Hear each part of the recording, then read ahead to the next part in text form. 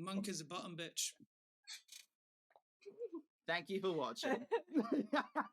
We're rolling dice. Camera. Action.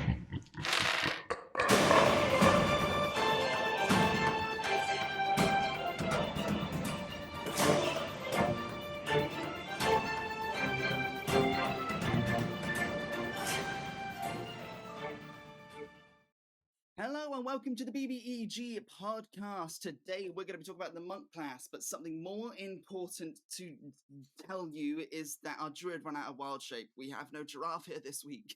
He needs a long rest, as do we all. I'm Will. I'm Hattie. I'm M. Yes, today we're going to be talking about the monk class, the ins, the outs, the goods, the bads, the pros, the cons, the good, the bad, and the ugly of the monk. The key and the fighting. The key and the fighting and the punchity punching. Yeah, fair. Can't argue with that. Has anyone ever played a monk before? I have not, but I love how you're the one asking that. Yeah, and we know it's you. It's me. I'm the one who wrote the notes for this session. We know it's you. I'm reading your writing. Yeah. My illiterate writing. I've never played, but have DM'd a monk. And how did you find dealing with a monk? Tyler. Tyler.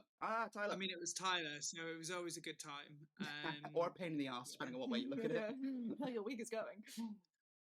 I mean, he became a god at the end of the campaign, so... Cash. Fair Sure. enough. There are no further questions, Your Honour. Killed a goddess of wind and took her place. Oh, okay. Someone had to. Yeah, it's a job. She was the BBEG. Okay. Okay. She was. And then Tyler elected it to wasn't become the just random. BBEG? Yeah, okay. That sounds like you just want... The Pantheon invited him to take her place because they needed. Okay. Okay. This is makes part more of I Spy a Peak. I did. Oh. Yes, you But did that is bring this not up. the- That's right. Yeah, but that is not a storyline in it. I added just some additional stuff.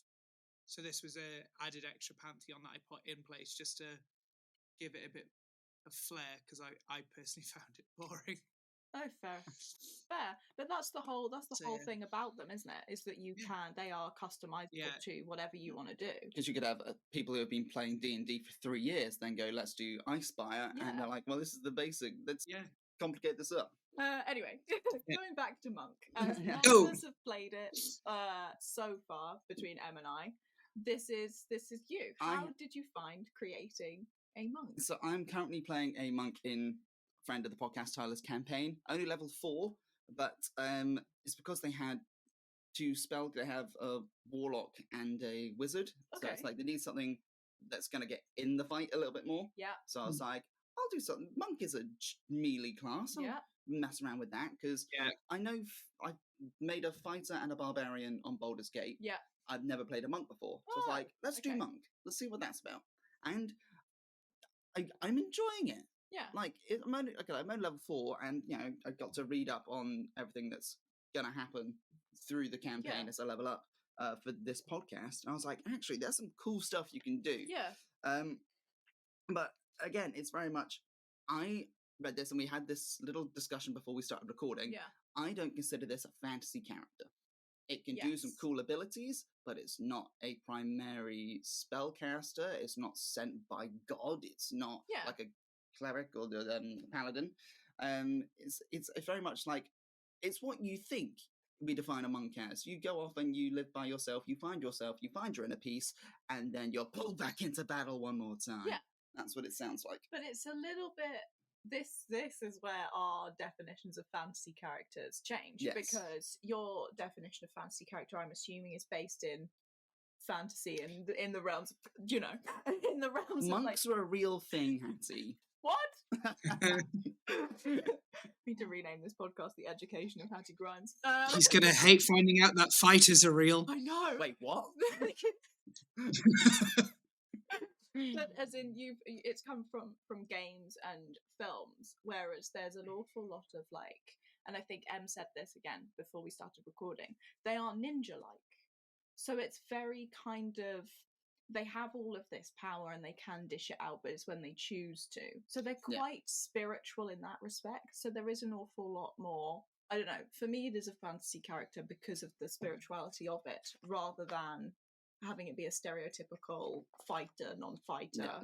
magical, Massive, non-magical. great That's why I sword don't and like- shield kind Yeah. of Turns up with all of his shiny Shiny medallions and armor and so I'm enjoying it, and I think you can do some really interesting things with lower level monks. Yeah.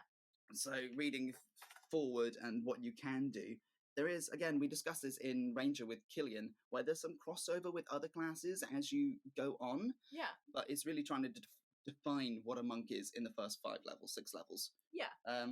So I think after that, you should know what it is. You should know how to maneuver the abilities better to get what you want out of it. That Yeah. was a sentence. I'm not sure it was a good sentence. This is my 3rd coffee of the day.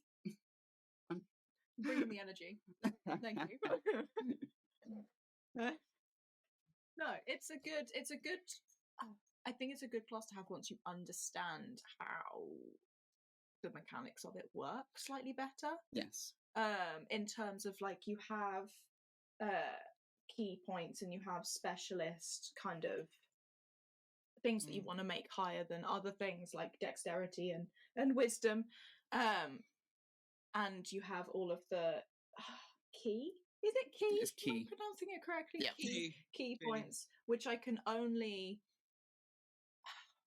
Is it similar to like sorcery points? Yes. You have Okay. a certain number you can spend. In that respect, Yeah. yeah. So you have like an extra bank of things that you can spend to kind of level up what it is that you are doing, Yes. whether it be an attack Yeah. or I think there is like a little bit. You get like basic spells as you go along as protection. well. Yeah, but they're ones to add. It's not as. Would you class monk as a spellcaster race, or would No. you class it as No. more No. of like they No. just add on? So we're going to get onto the monasteric traditions, Yeah. where there is one that's just specialized in. It's basically Aang from Last Airbender, where Okay. it's training in all the elements. Yeah, There's literally a class. The only You monk can I make would Aang want to with. be. That's fair. But Anyone knows me, I want to control all the elements. I've Done. never seen the. and then Last play Airbender. D&D.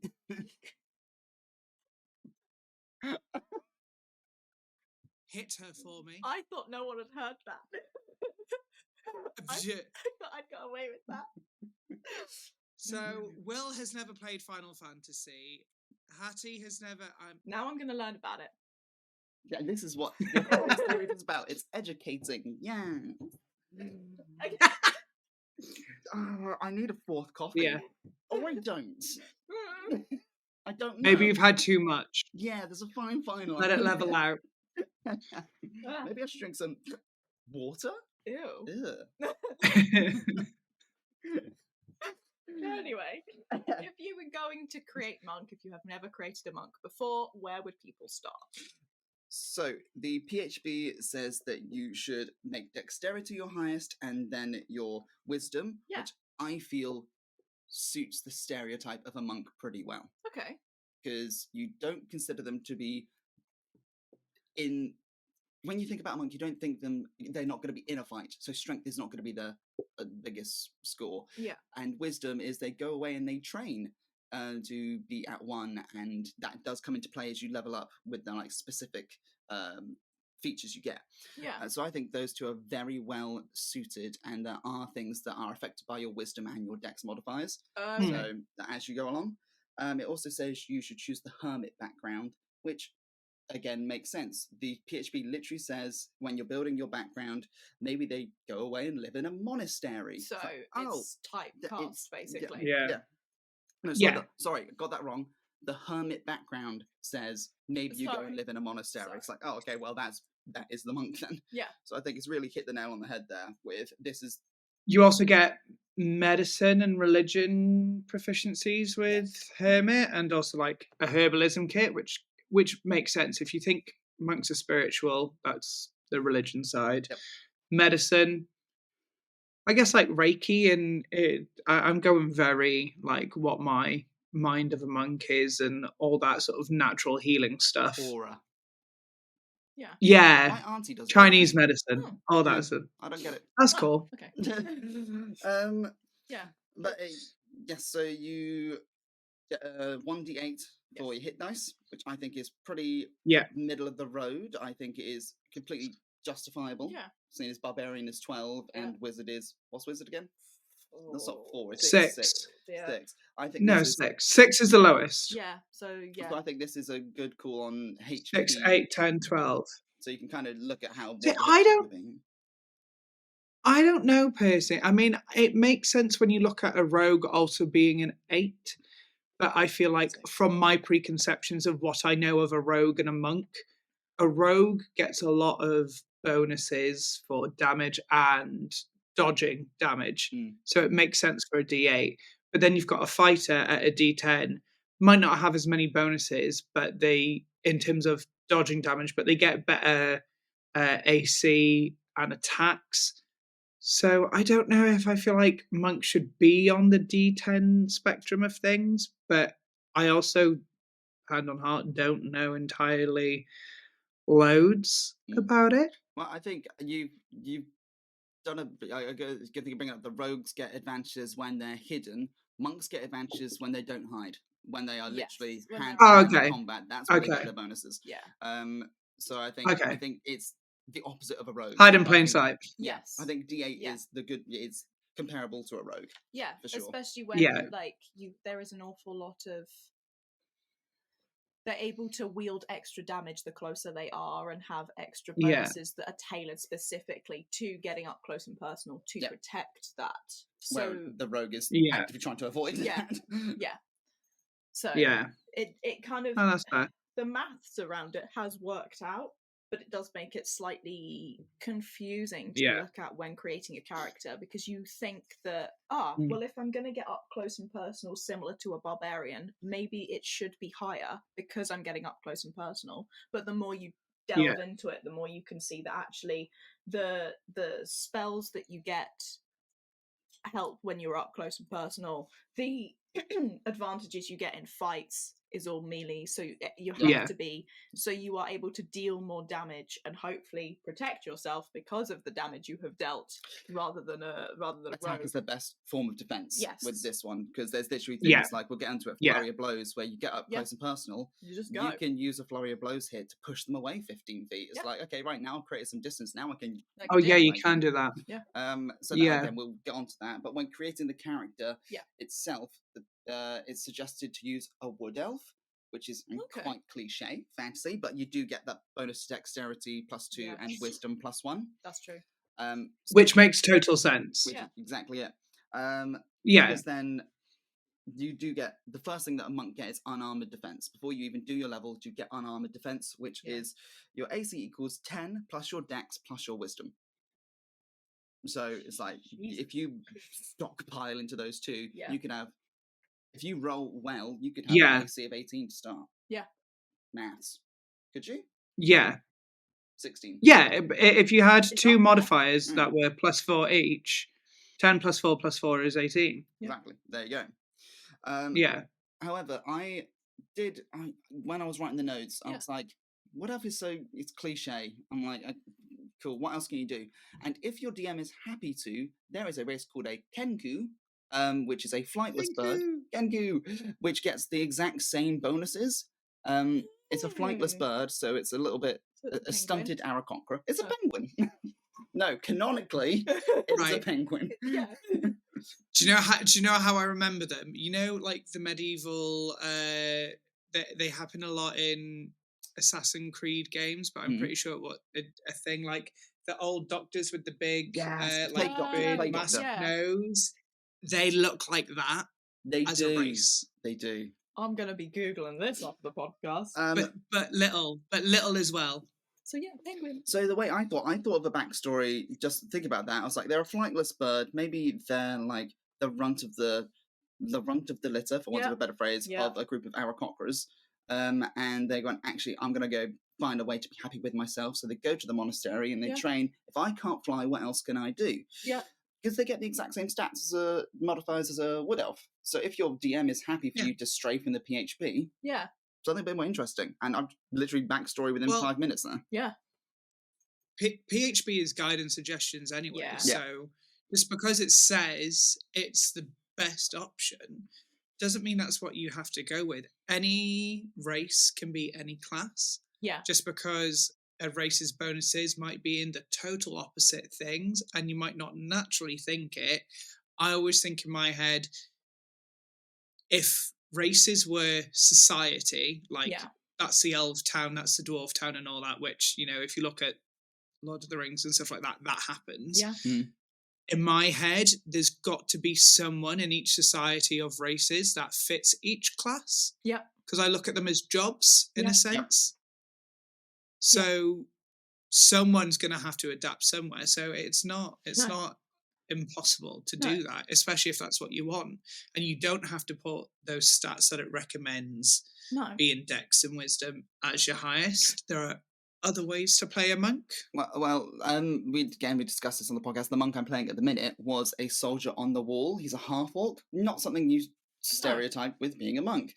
But he was on the front lines of the wall defending it. But when he realised it's not for me, I'm going to go and work in the town. He had to leave his assigned weapons at the door when he snuck out. Yeah.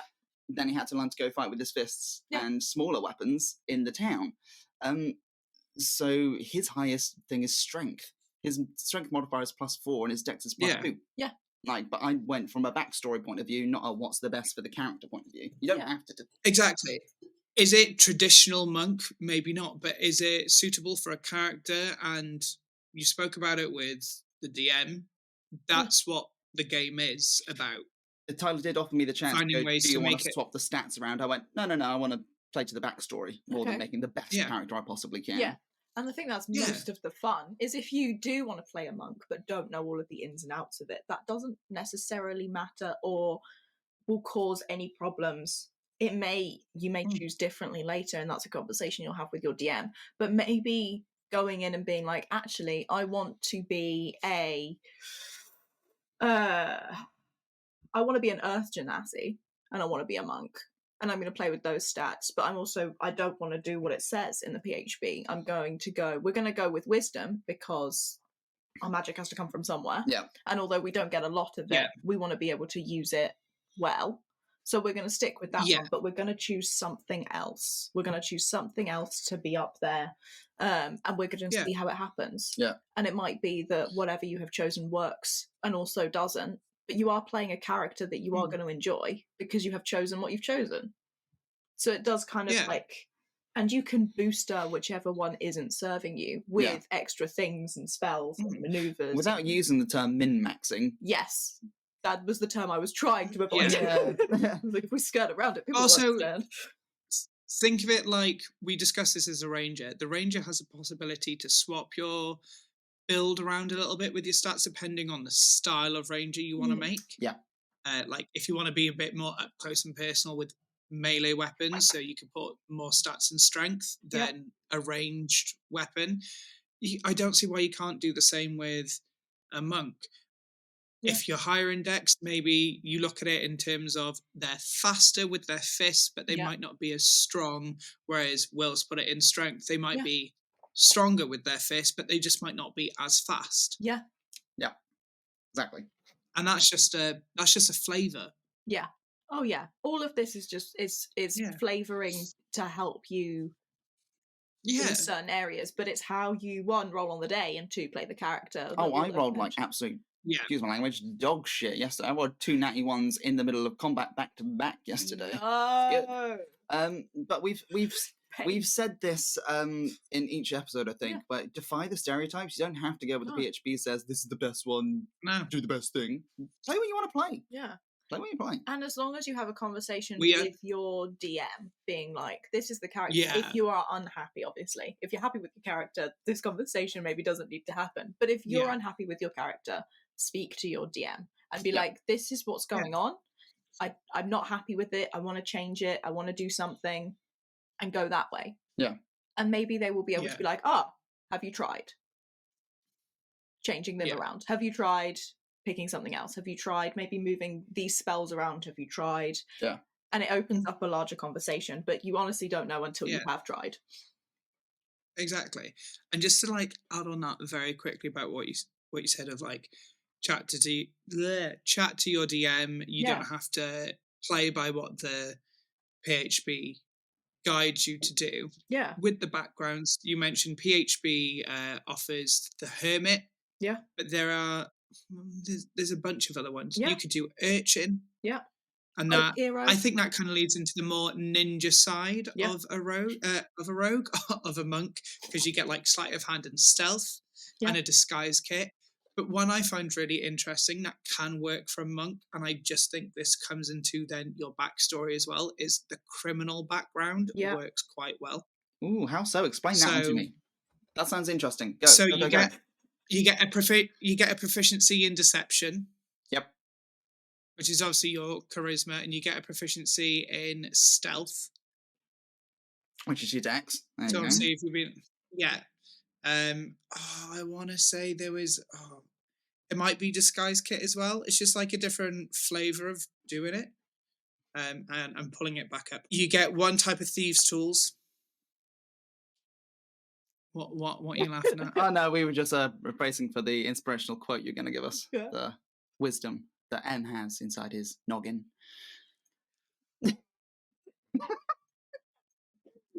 Speak to us, have you been doing this without me on the side? But yeah, when you think of it like that, it's I think it's just you can have baddies become a monk. Yeah. Maybe they've become a monk to reform their old life of crime. Yeah. They went to prison and what's it called? They sought religious. That's a cool ass backstory. Yes. I enjoy nice backstories where you just go, I'm not the stereotype, this is the thing. Yeah. I like that one. Just steal that one. Yeah. Oh, thanks. Nah, you can't have that one. That one's mine now. I came up with that idea. Credit me when you do. No. But I think that sums up the creation of a class. Yeah. Yeah. 100%. Sure. Move on to class features and what you actually get for being Are you frozen, Em, or are you just very still? It's very still. No, I'm very... He's one. He's one. He has become the monk. He is now he one. Is the monk. I thought you were just voting. Yeah. That is your flurry of blows.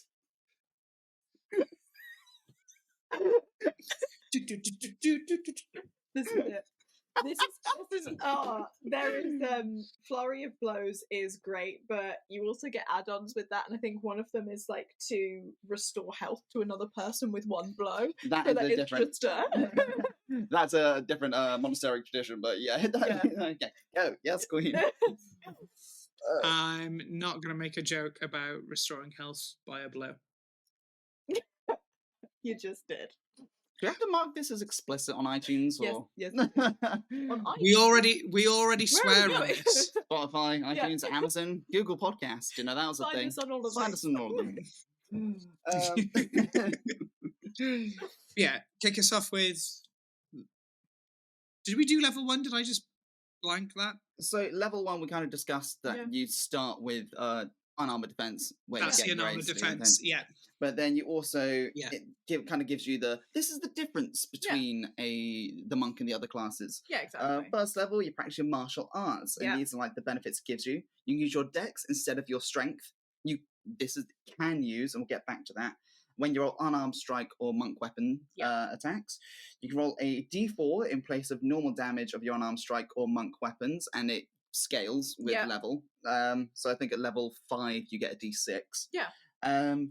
When you use the attack action with an unarmed strike or monk weapon on your turn, you can make another unarmed strike as a bonus action. Yes. So if you are racking up levels and your hit dice is like a d8 for unarmed, you get 2d8. Yeah. And then it's a good one. Right.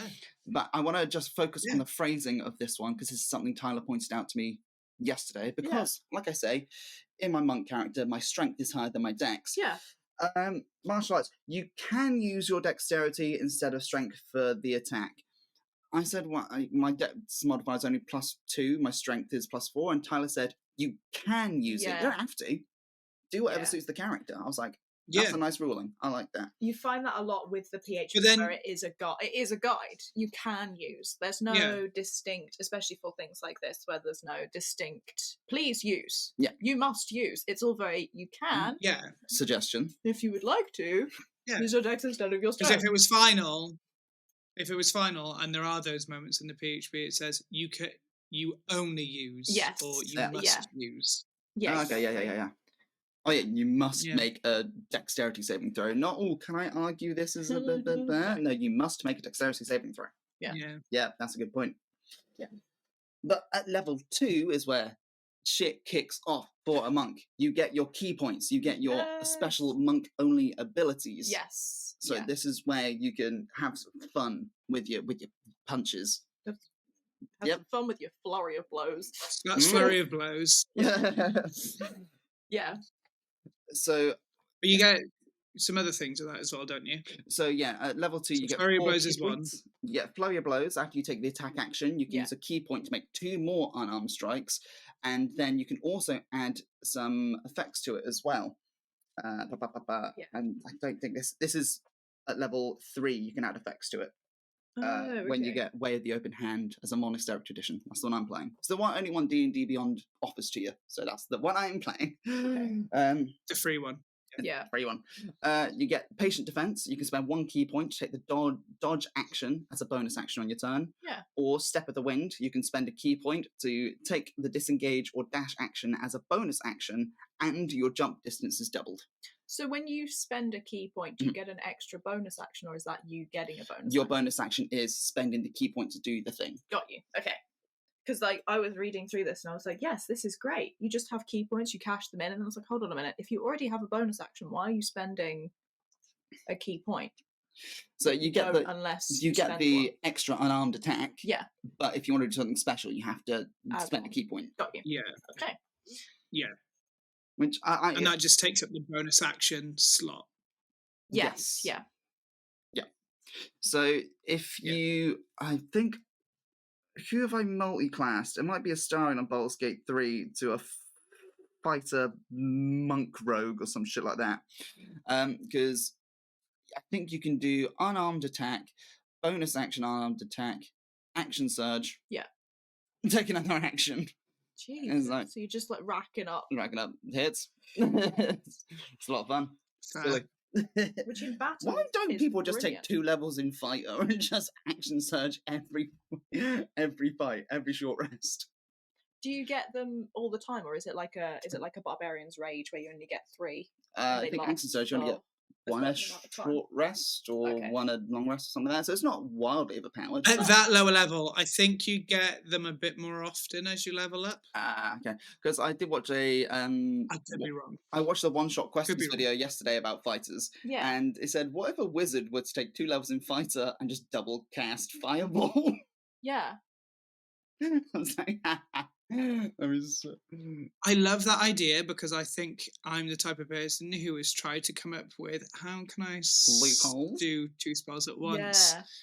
Yeah. Sorcerer allows it with its sorcery twin points. spell. I want to say someone made a point to me one time and said stuff like that, it doesn't work in the same way, and I was like, oh no, that's not fun. Stupid game. Because I was there like, well, like two weapon fighting. Yeah. So when any class can do it without the modifier, I was like, well, I'm a wizard who has shocking grasp as a cantrip, which is a melee based spell because you have to touch them. And so if I touch them twice, does that count? And I was told no. I thought you could. But can you see my logic? Yeah. Well, I was like, if someone can swing a sword, the only difference there is, whereas swords have the D6 or D8, depending if it's short sword or long sword, plus the modifier, and then obviously without the modifier for the second attack. Yeah. Most cantrips are just a straight D8, so there is no smaller so I guess maybe that's why. Yeah. But I was like, if I can hit someone with one hand to just shock them, I'd be like, I got another free hand to slap a bitch. Yeah. I do think that's where they Like- that's where D&D have kind of lost a little bit of the logical thinking, because technically if you Yeah. are a wizard, your weapon is your spells. Yeah. That is what you're going to fall back on. We all come Yeah. equipped with tiny weapons to help us should we be in danger. Yeah. But the main ones you're going to, like, barbarian is going to be a big ass sword of some description. Yeah. And so the wizard's equivalent is going to be a big ass spell of some Yeah. description. So you should, when attacking, have the same kind of logical math when attacking as a barbarian or as a fighter or The way I'm thinking, I get about it for is that- range spells. So, yes. but- Totally get it for range spells, because you can't do it for ranged weapons. Yeah. No. So the fighters, monks, and barbarians get extra attack at level 5.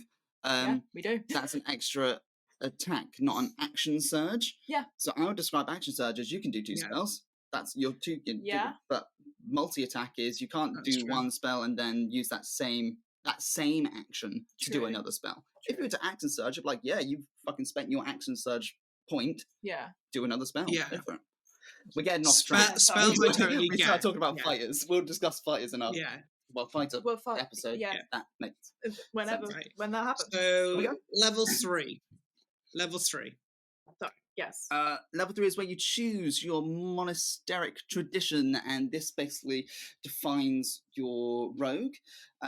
This is how you want to play it, and like I said earlier, and said the D&D Beyond only offers Way of the Open Hand as Okay. as a selection. So I didn't have the PHB when I built my monk, but I would have chose something else Yeah. probably. You're welcome. Yes, thank you very much. It's a tradition in our friend group to just buy each other the PHP. For our birthdays. We sign it as well. So if you've got yours to hand, I've got mine. We've got all. Where's the camera? There's the camera. So we've all added in little notes to each other. It's very cute. We're adorable. Sorry. Yes, Way of the Hand.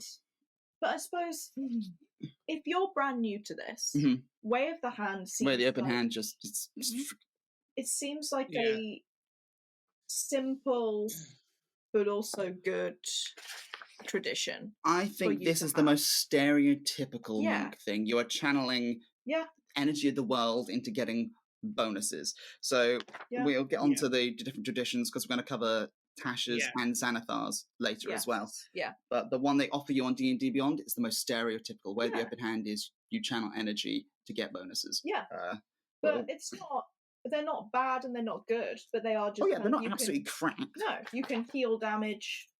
You have advanced meditation, which I always think is something that's slightly cool. Where you're just like, I'm going to meditate, and then you gain things back just by having a bit of a moment to yourself. Yeah, tranquility. Yeah. We'll get onto Quivering Palm and my exact quote in the notes later, because you guys know what I wrote. I read the first bit of Quivering Palm, went, that's a bit shit, and then read the rest. Yeah.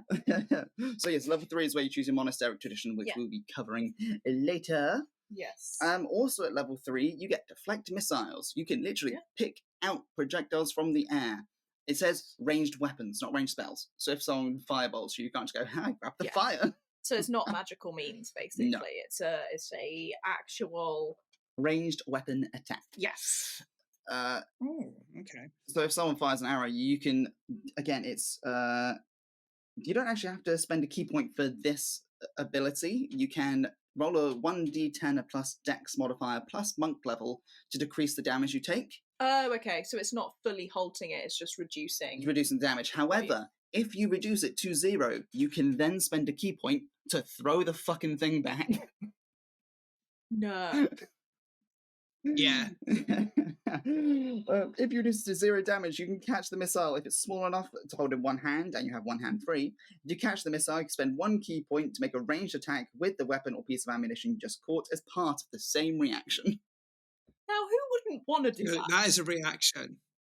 That's a reaction to getting I shot. don't know if it's possible, but the first thing that goes in my head is a wizard casting magic missile I and wouldn't. sending like I think it's Non-magic. non-magical attacks. So you're Says ranged if weapon. I'm right, yeah, but if I'm right with magic missile, you're not like constructing magical missiles out of thin air. You're like plucking like bits of rock out of the ground.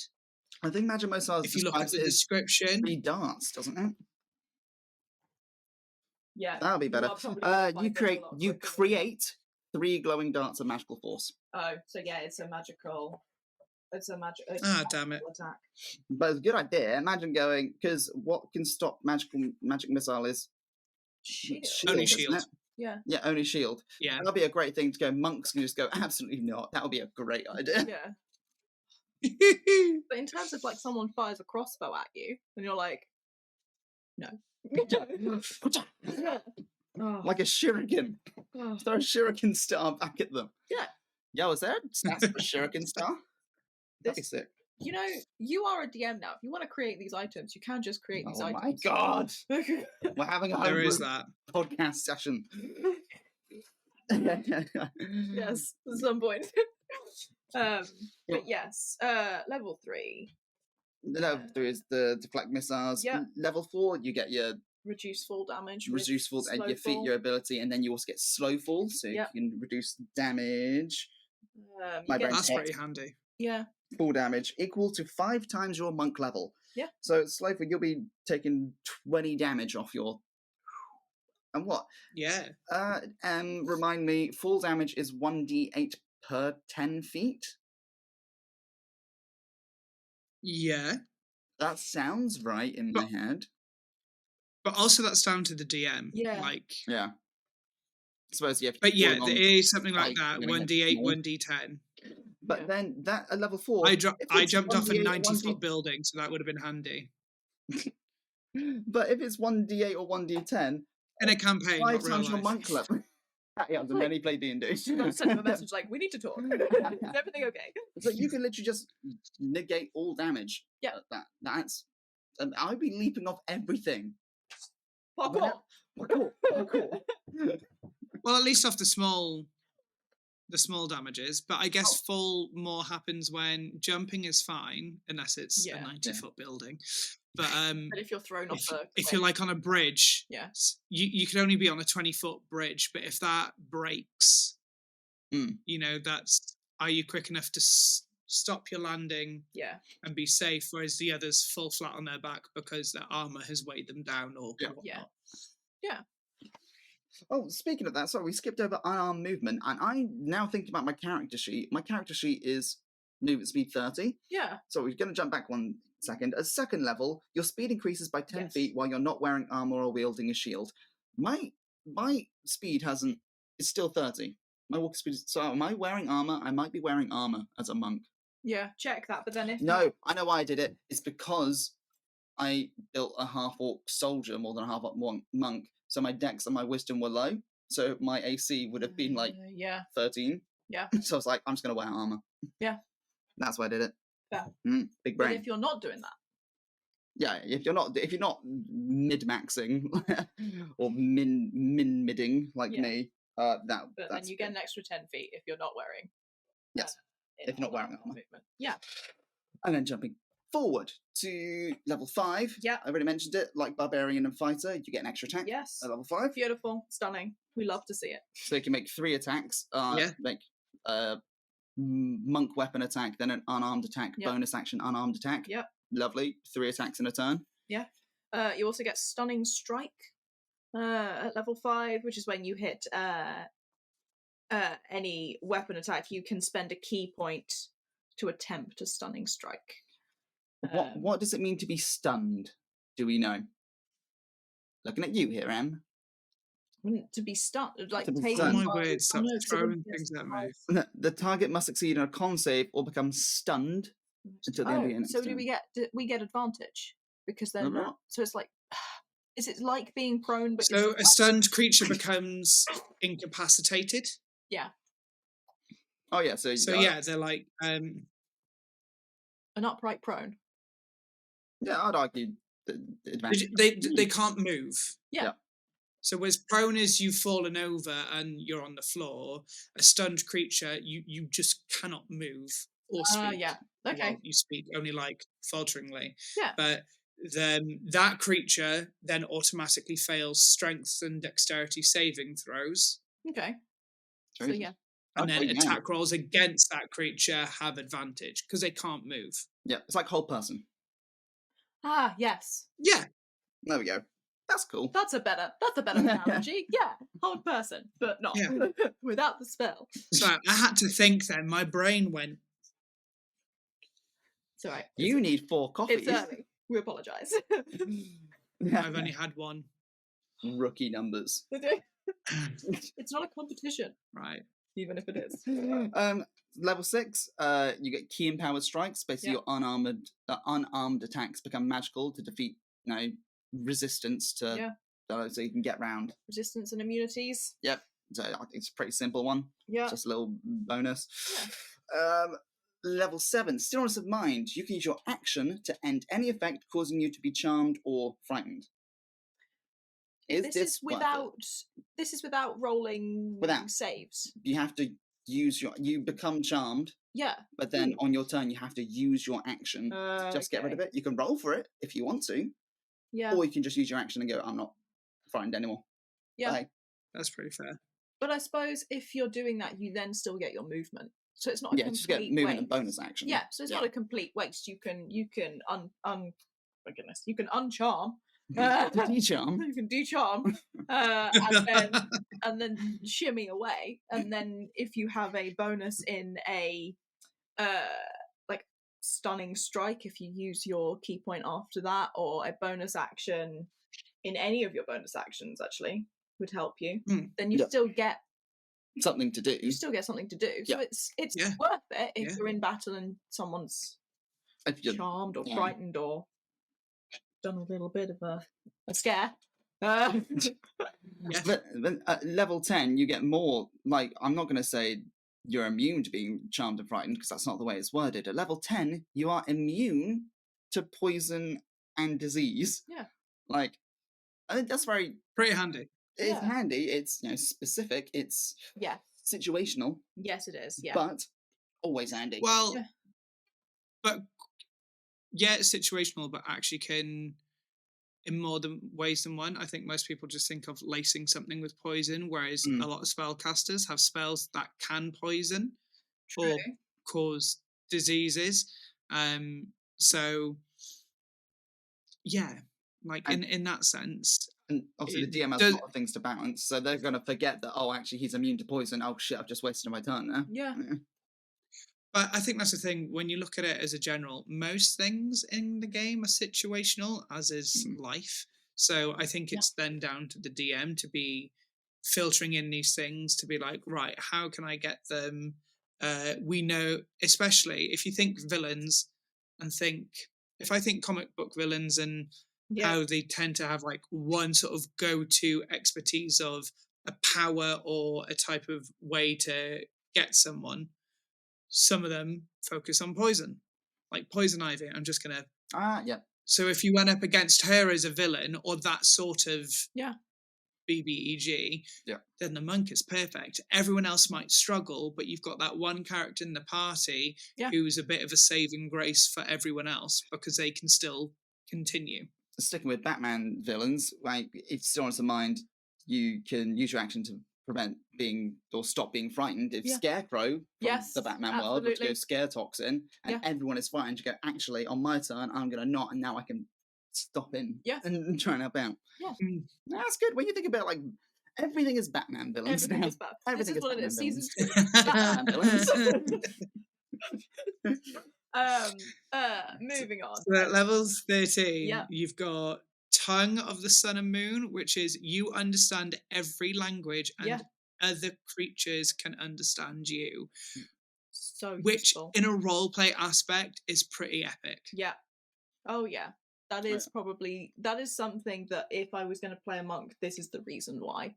Is because you would then there's no like translate that you need. There's no finding a translator in the game. You can just be like, I will now speak to the Aarakocra and they will understand me.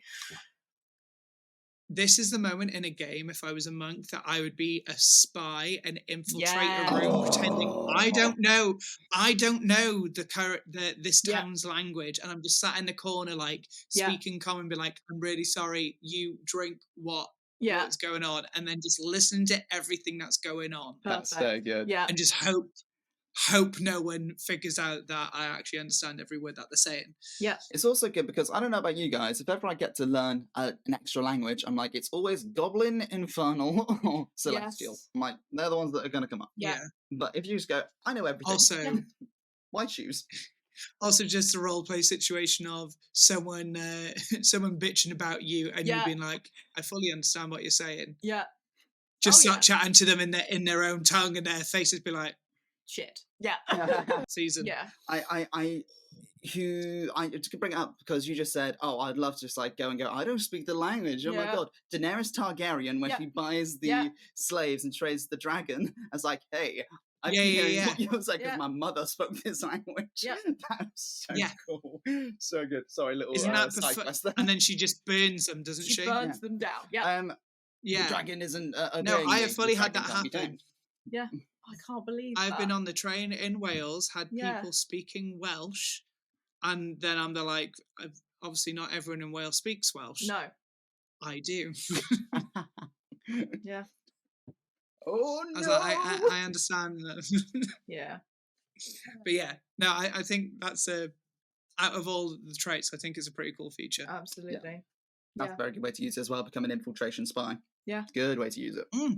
Yeah. Moving on. Level 40, you have access to Diamond Soul. There are some really wanky names. I know. for I'm them. like looking at these, I was like, my god, they had fun creating this. Yeah. It's like they're 2 steps away away from enlightenment, and they just couldn't go, you've been enlightened. No. Oh, Yeah. Wait, Diamond stage wait only. till you get to level 20. Oh. Diamond Soul, you gain proficiency in all saving throws. Yeah. You can spend a key point to re-roll the saving throw as well, but you have to take the second result. Yeah. So you could roll a I mean, 12 and then go, oh, I'm going to spend a key point to re-roll, Yeah. get a 2. You go, ah, well, now I've definitely failed. Okay. I mean, it's a fixed advantage. I think that's how I'm phrasing it. Like, it's advantage, but it's fixed, so it might not Yes. actually be. Yeah. It's a lucky guess. It is a But lucky if guess. you are a low roll anyway, you've got a better chance. But Yeah, if why you not? are a medium roll that's just a bit short, then that's the gamble. How would you play this though, Em? If you were running a session and you knew that they had this, would you let them know the result and then go, do you want to re-roll? Or if they get a 13 and they go, oh no, I want to re-roll before I hear the result because that might not be enough, would you say the result?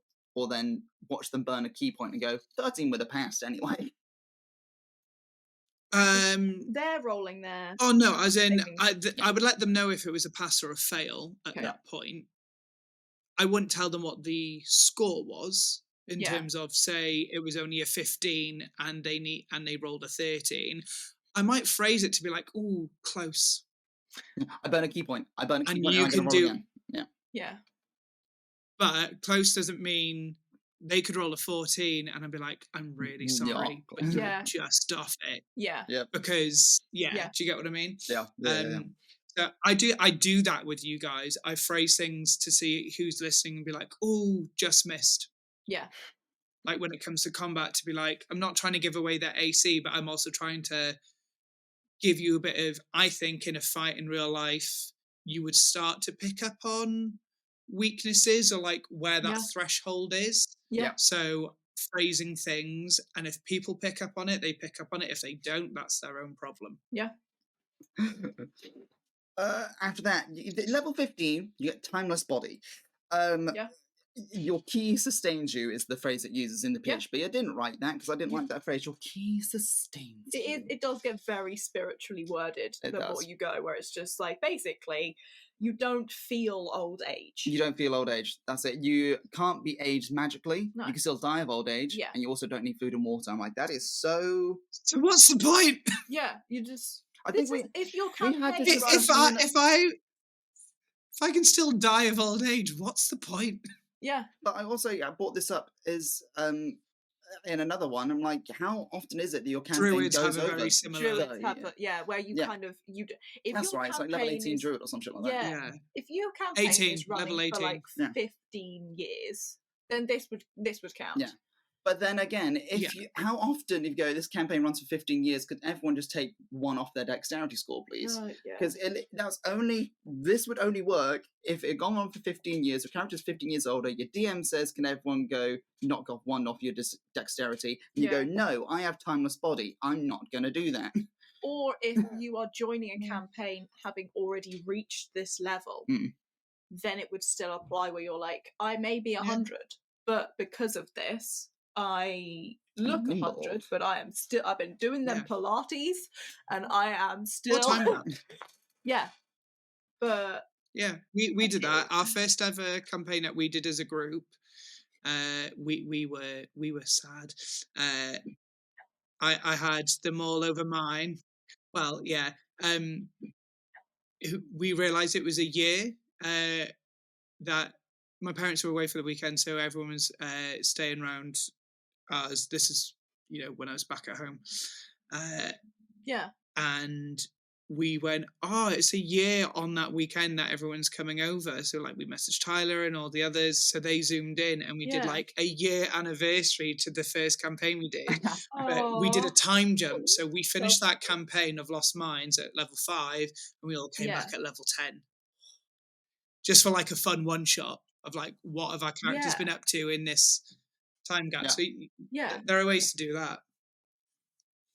Yeah, true. But then you get to level 18 and you actually get something cool and useful. Yay!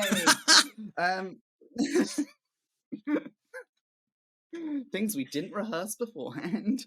Level 18, you can spend 4 key points to become invisible for 1 minute. Yeah. That feels like a high price to pay for invisibility, I can't lie. For 1 minute. At level 18, you will have... And at level 18, you'll have 18 key points. Okay, fair. Okay. So it's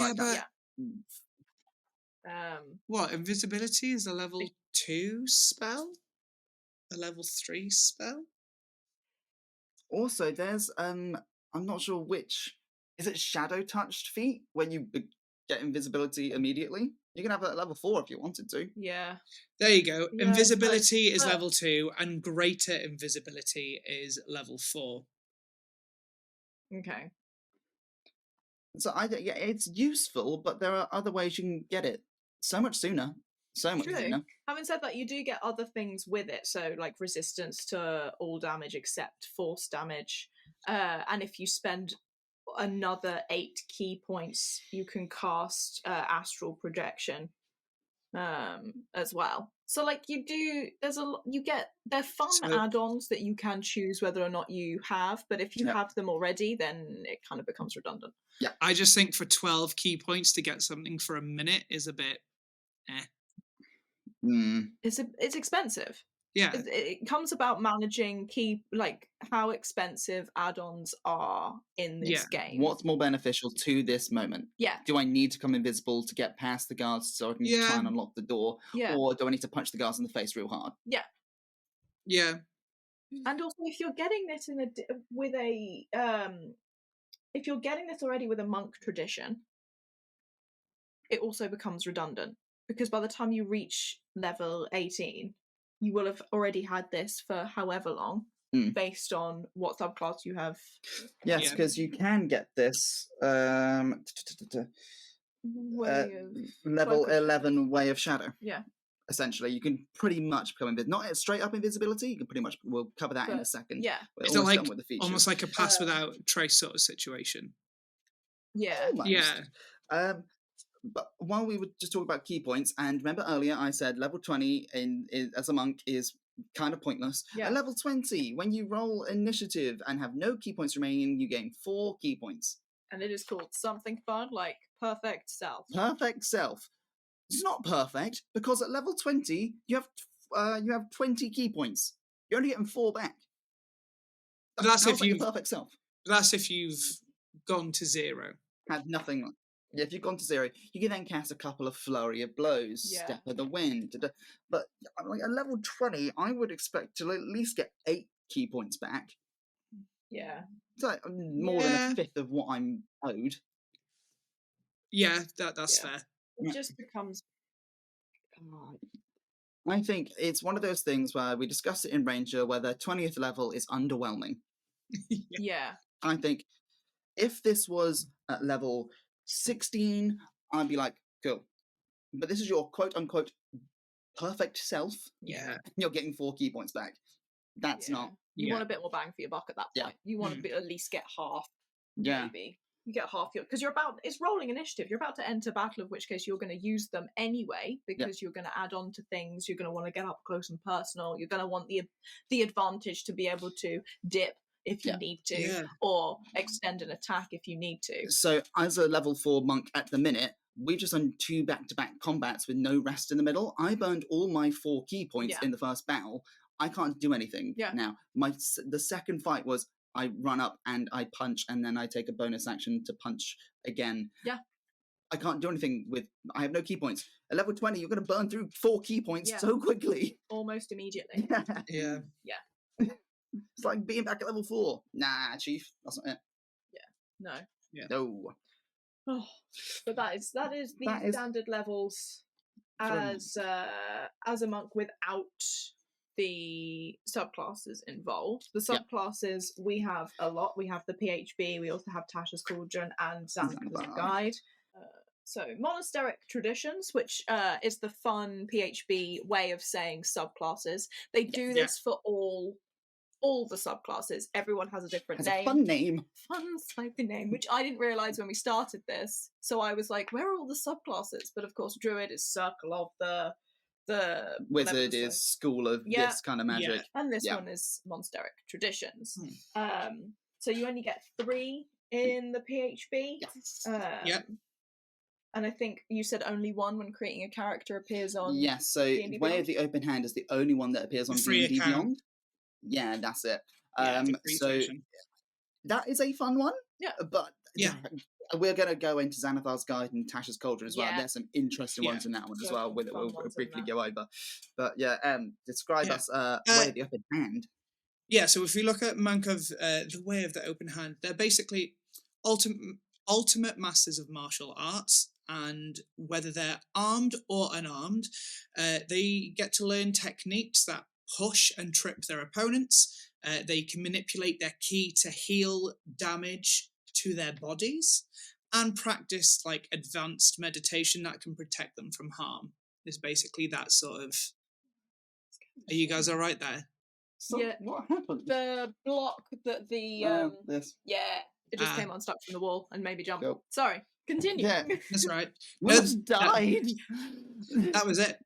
That was the summary. It is. Sorry that we distracted the dear listener, dear viewer. Do you want me to do it again? Yeah. Okay. Sorry. No, it's fine. It's fine. That's bad timing. So monks of the Way of the Open Hand, they're ultimately like masters of the martial arts of combat, whether they're armed or unarmed. They get to learn techniques that push and trip their opponents. I think that's one of the level 3 features. They manipulate ki to heal damage to their bodies, and then practice advanced meditation that can protect them from harm. Level 11, but the most interesting one for Way of the Open Hand, and this is word for word what I wrote in the notes for today's recording session, was level 17, Quivering Palm. Fucking hell. Yeah. Do you believe it's what you've written?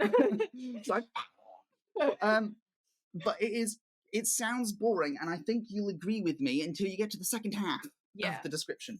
At level 17, you gain the ability to set up lethal vibrations in someone's body. When you hit a creature with an unarmed strike, you can spend 3 key points to start these imperceptible vibrations, which last for a number of days equal to your monk level. In my head, at this stage, I was like, days? I can finish the fight.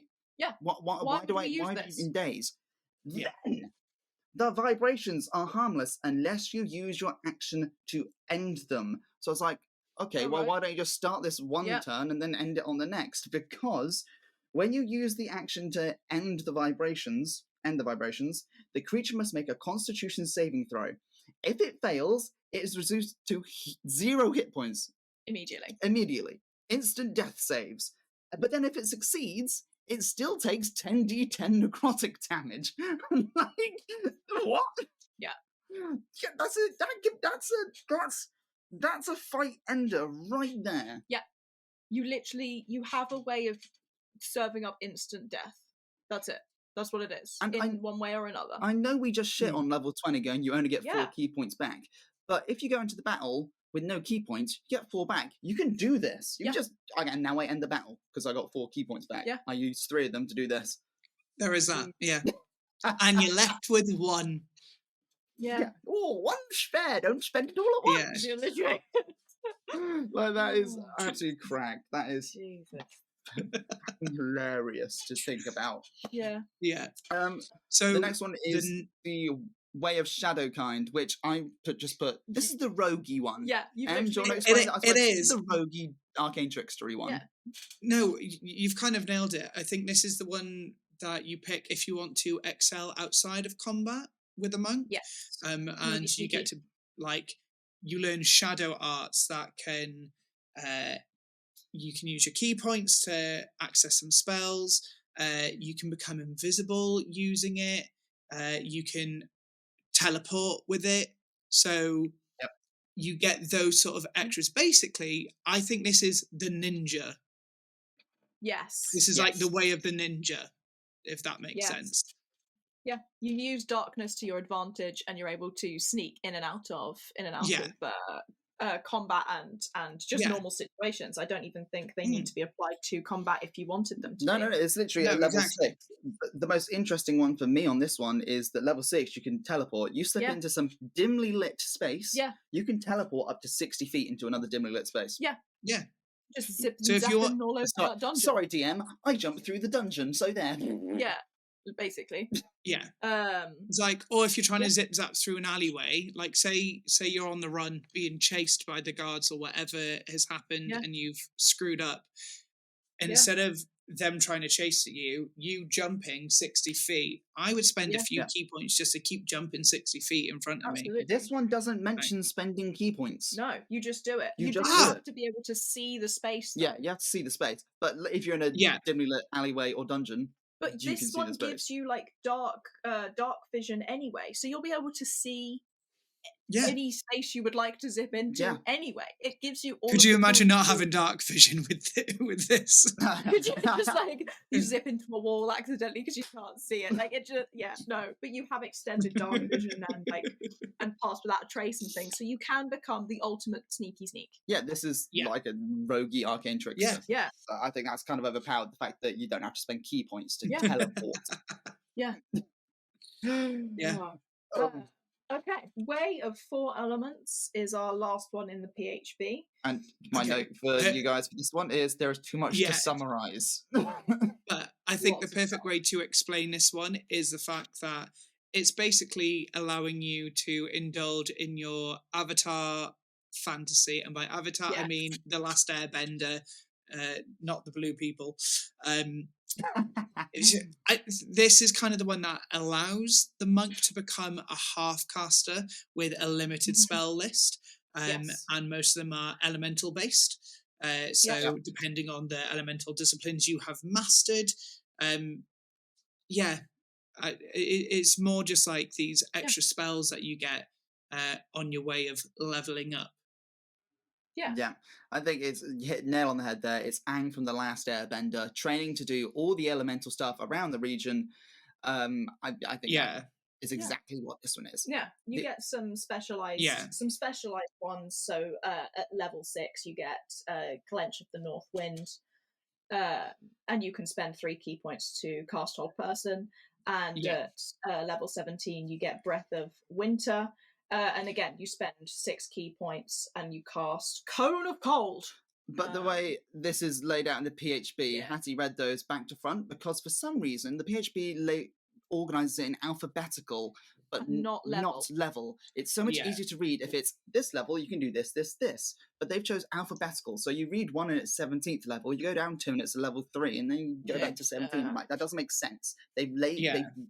It's cool, but they've listed this badly. And as fun as I think it makes it sound, being like the whole, you get to be like an elemental bender of like sorts. With what you just said about how many key points for this extra spell, and you don't get many smaller things that like actually boost your abilities. It's just some magical focuses, which we all know I'm the one who loves magic, but I Yeah. feel like the trade-offs are a bit too high Yeah.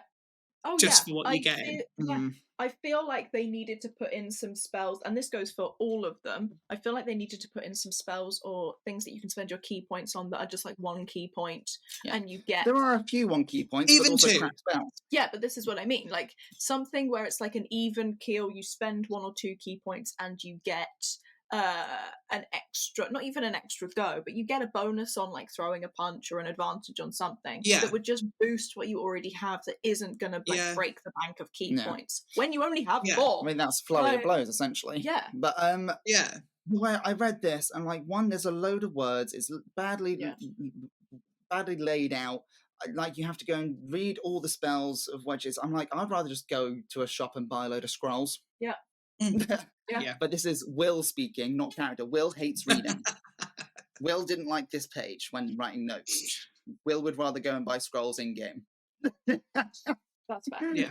But yeah, there are a whole load of other elemental spells that you get that are elemental. So fire, water, air. I just realised what I was saying. That all kind of are ranges between obviously your like 6th, 11th, and 17th leveling up, which is helpful, but well, they're the main. I think they're balanced. They're the main PHP 3. So what did we have next?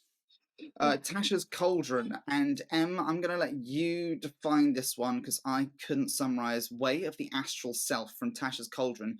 You get astral arms, astral vision, and then an astral body, and each thing does about 4 different things. And again, this is Will who hates reading. I was like, how do you summarize this? I mean, you just did. You get an astral self. Like, it's basically the monk becomes capable of manifesting their true spiritual self, and they can summon essentially like various body parts, but like a spectral version. So that's kind of it, and it helps with offensive, defensive, and utility capabilities. So you did. I think that's it. That's it. Well done. Em did it. You did it. Yeah. You did it, guys. Well done, team. But yeah, it's it's utility and attack, and so you get a little bit of everything with this one, like plus bonus to AC. Then you get dark vision. Then you get extra attacks with the astral arms. There is something for everyone in this one. It's a very well-rounded thing. Something as simple as you get an extended unarmed attack reach by 5 foot, which doesn't sound like a lot, but when a normal melee attack is 5 foot, having that extra to make it 10 feet is actually no opportunity. It can just make the difference. Yeah. But and I'm pretty sure that doesn't take a key point either. No, I don't think it does. And it is the most monkey out of all of them, because it is just like you have like Doctor Strange, you have the ability to, I know we were using Batman, I'm sorry. That's Marvel! But you have the ability to, have access to the astral plane. So I think you're right, this is the most monk version of it. Where the open hand is pretty monkey, but this is monkey. I'm just going to correct myself. I said I don't think you spend a key point. You do in terms of accessing the astral arms, but these are all the extras that come with it. You're not having to spend an additional key point to use that extra bonus. It's part of that bonus that comes with it. But and then we go on to the Way of Mercy, also from Tasha's. And this is, you learn the way to manipulate the life force of others in good or bad ways. This is one where you can use your ki and your energy to either heal or harm. And I think it's really interesting the fact that it wants you to use your flurry of blows. On each flurry of blow hit, you can essentially either heal or harm someone for like an extra one of your martial damage. It's 1 martial die plus wisdom modifier for like extra necrotic damage on your flurry of blows hits. I'm like, this is something where you can really choose if your monk is good or evil. Well, I look at this as, because I read something on this before, it's kind of like the Reiki monk out of them if you can heal. But also, Yes. mercy doesn't always mean you're saving the life. No. It's also knowing the difference. This is the bit I read online, is knowing the difference between who you can save because they are Yes. savable and who is too far gone that you deal needs to them be put that out of their last misery. blow to put them out their misery. You're showing them That's a good way of mercy thinking about it. by you're showing them mercy by bringing their life to an end swifter instead of them suffering. Yeah. Yeah. And also, when you get to higher levels, you can like end poison and disease, or you can It's just you can play the medic or the death bringer. Yeah. It's very cool. Which is kind of the same thing if they are too far Oh my gone. word! This is why the Kenku suits it. The best thing about this, though, at level 17, you can spend 5 key points to literally resurrect a creature that's died within 24 hours. Yeah. That is cool. That's you end a battle, someone goes down, fails death saves, bosh, straight back up. Yeah. Depending if you have 5 key points left. How is it the level 17s in this are so much better than the level 20? 20? Anyway. Yes, and those are the 2 you get with Tasha's Cauldron.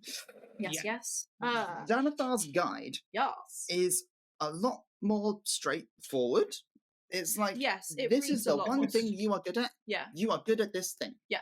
So the first one is Way of the Sun's Soul. Monks can channel their energy into searing bolts of light. Yeah. That is essentially it. You can do lots of damage with using radiant damage. Yeah. I put in the things, it's almost like at level 17, as a reaction, you can shed a 30-foot bright radius, and if you get hit in that radius, you can deal radiant damage of 5 plus wisdom modifier. Yeah. Almost like Hellish Rebuke. Yeah. It is the monk's version. Monk Hellish Rebuke. Monk Hellish Rebuke. Yeah. Heavenly Rebuke. Yes. But yeah, this one is all about light. Yeah. And so you get Burning Hands at level 6. Yeah. You can... Oh, I'm not wearing my glasses, and everything is blurring into one. No. There's a lot of numbers in this paragraph I've written. So it's similar to 2 all of key them, points. 6, 11, 6, 11, and 17 is where you're going to get your add-ons or your leveling up. Sorry, and it is all about light. The spells you're going to get are going to be light based. The damage you're going to deal is going to be radiant damage. At level 11, you get a flashbang essentially. Yeah, or fire. Or fire. At level 11, you can throw a radiant orb up to 150 feet, which explodes in a 20-foot radius. Yeah. You get a flashbang that deals 2d6 radiant damage. That's sick. Yeah. That's so funny. I don't have a grenade, but I do. I would homebrew that as in, if you fail your con save, you're also stunned or you're also blinded for a turn. I would homebrew that and go, that's a flashbang. Yeah. I feel like that's like a nat 1 situation. That is it. But you accidentally drop it instead of throw it and it goes off. Yeah. Yeah. Yes. Like a fail could be that you threw it just didn't make it. But a nat 1 is like in your own hands. You pull the pin. Yeah. Or an idiot, you got too excited, you were too premature. Yeah. It went off in your hand. Oh dear. I'm sorry. I didn't like that one. You don't like it when it goes on. What do we have next? Next, we've got the Way of the Kensei? Yeah. Kensei. I read it like Kensai, like Sensei, but with a K. Sensei? Sensei? Sensei. Is it Sensei? I did for some reason, but Sensei, it's Kensei. This one, you essentially get specialized weapons. You train in relentlessly, is the way it was phrased on the website I used. I think it was the Gamer. Relentlessly. No, it was Wikidot. 5e Wikidot, wherever it was. You train relentlessly with weapons, and you get bonuses to your weapons that you choose. And at 6, 11, and 17, you can choose more weapons, so you get a wider variety. I think this is all right. Yeah, it is a standard, again, going back to Doctor Strange, where he has to go and learn how to use his hands again. Yeah. I've only seen this film, as you can probably guess. And he has to learn with the sticks and everything. It's a bit like that. It's you a bit go like and that. you rebuild. But I'm like, you get proficiencies in different weapons, which is fine. But again, there are different feats that can do this for you as well. True, but like... At that point, I think I would just pick a fighter. However... if you think of it in terms of versatility, you're an expert in hand-to-hand combat, and at the situation where you're able to grab a sword. Yeah. Yeah, true. Suppose, It just gives you a bit of versatility. Wait, no. No heavy or special properties. So it can't be a great axe, great sword. It has to be like a finesse weapon, from what I'd read. Finesse weapons and stuff. If you it could be a martial. You have expended all of your key points in your current campaign, and you would run out of key points and therefore and now I'm couldn't just do punching anything. things. This is the one that you would fall back on when you have run out of key points. You would run in, you have either your hand-to-hand, so you're able to like just punch people in the face really well, or you pick up anything along the way that is not a heavy weapon and use that. Yeah.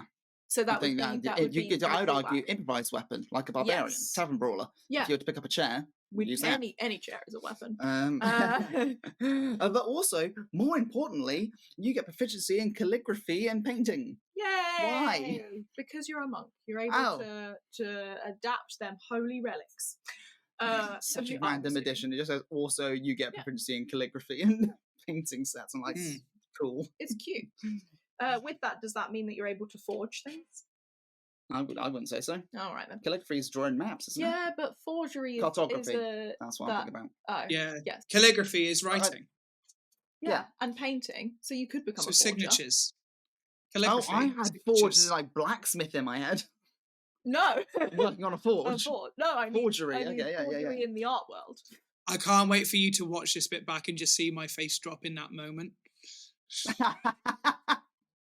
And realises who he's working with and instantly regrets his decision.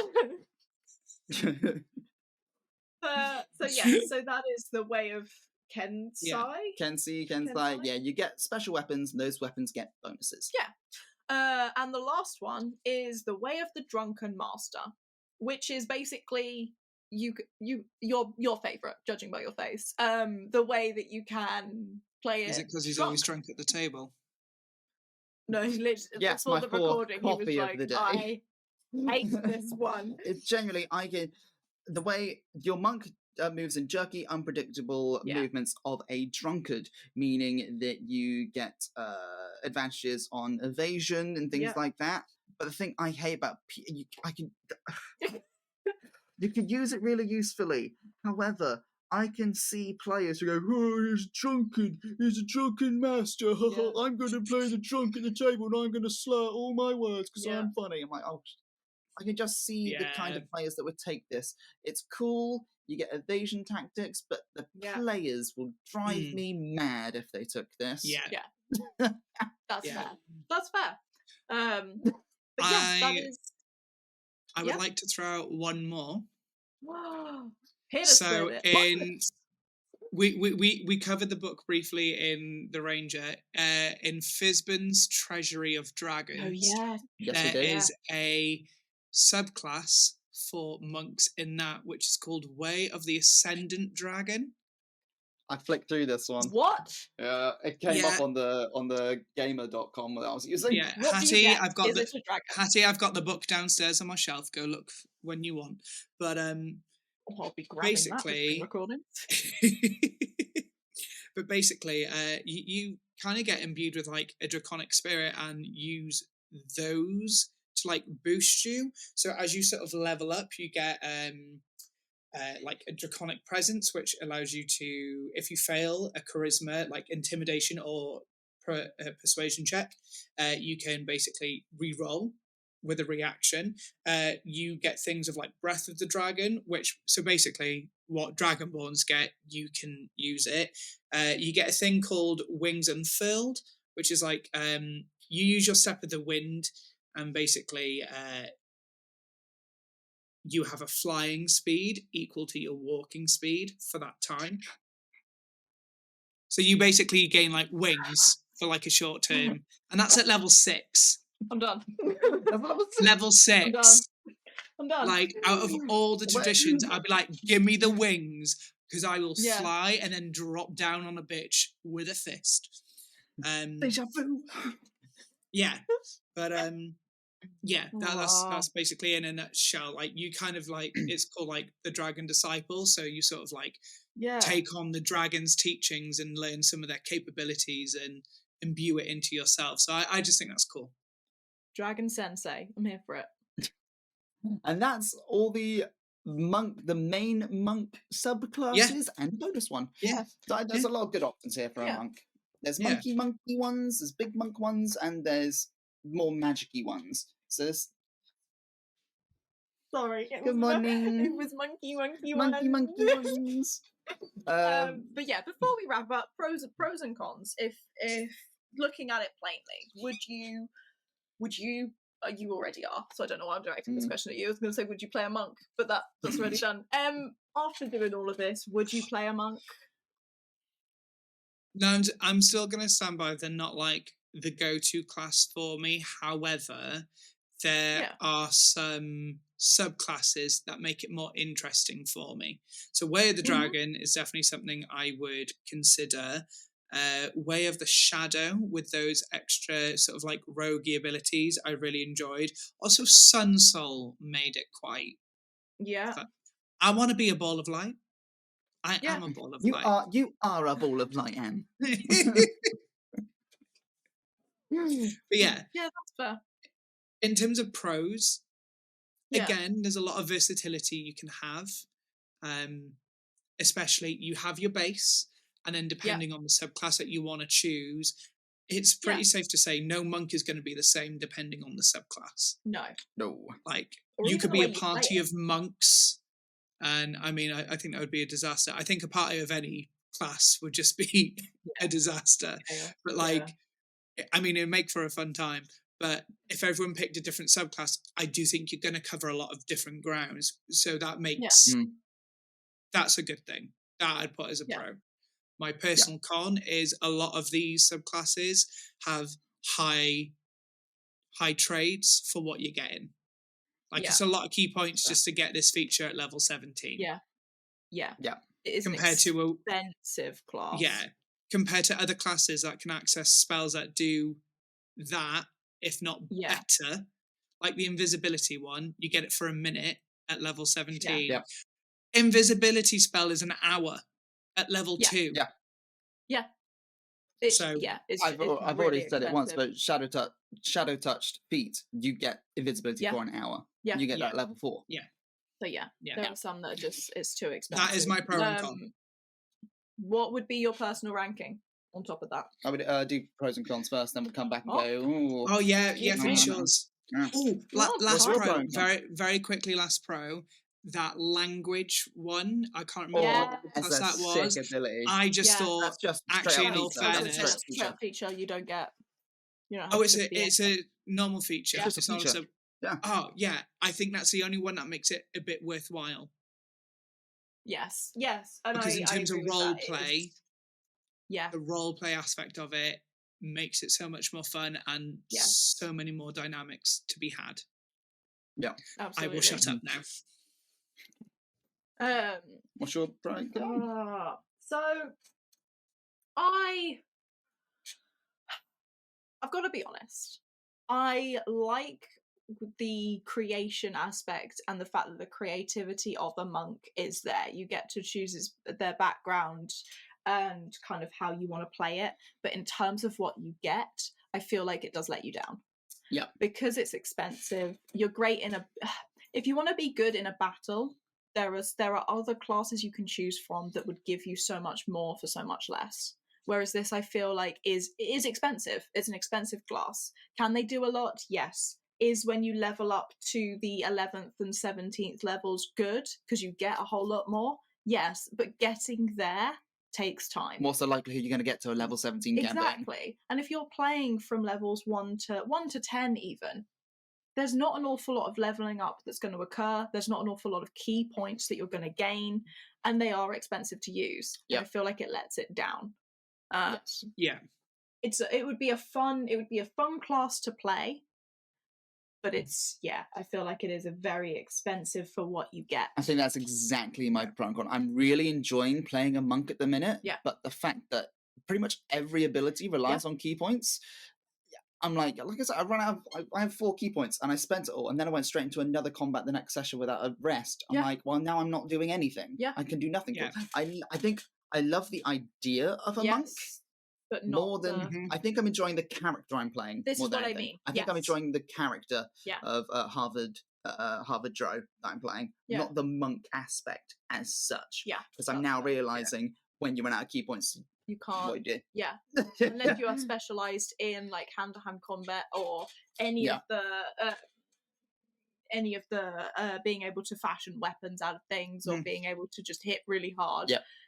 Having no key points will let you down. Yes, yes. The idea of the monk is better than the monk itself. Yes, but I mean, if we're going now to personal rankings, I think it's again personal bias that I'm playing one at the minute that I don't want to put it near the bottom. Okay, but this definitely is not a top tier class for me. Okay, I don't. It's 12 for me. It is my bottom score. Em said this in our last recording session with the last session was with Killian, the ranger, and Em said if we're doing monk next week, that's going on my bottom. I was like, it's going on. It's like bottom.